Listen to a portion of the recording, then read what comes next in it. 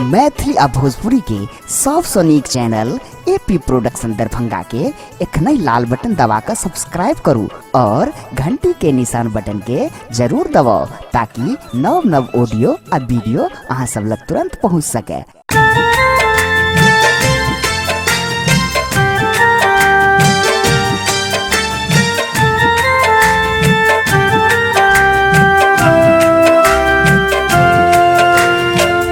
अहाँ सब सुन रहल छी एपी प्रोडक्शन के शानदार प्रस्तुति।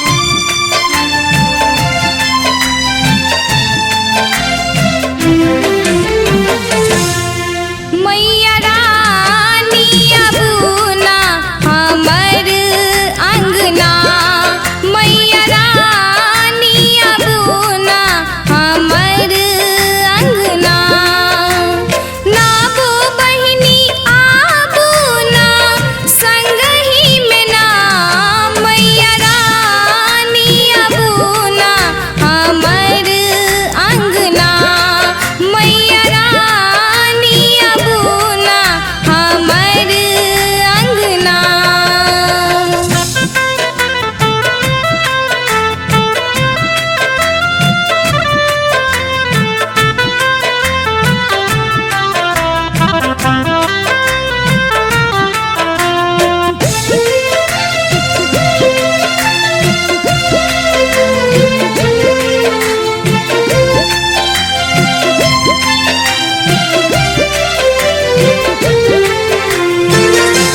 आसिन इजोरिया में कलश बैसायब, नव दिन तोरे पूजब मैया सुनू ना, शैलपुत्री ब्रह्मचारिणी चंद्र घंट कुष्मांडा कात्यायनी गौरी सुनू आहू आबूना,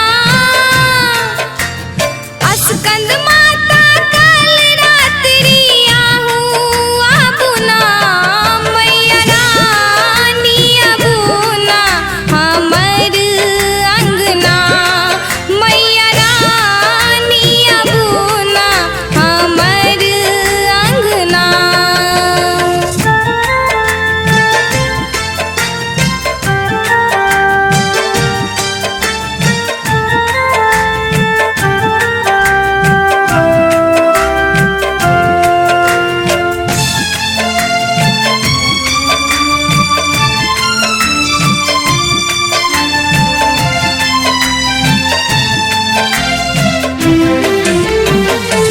महिषासुर के मर्दन के लो, चंड मुंड संहार लो, धूम्र लो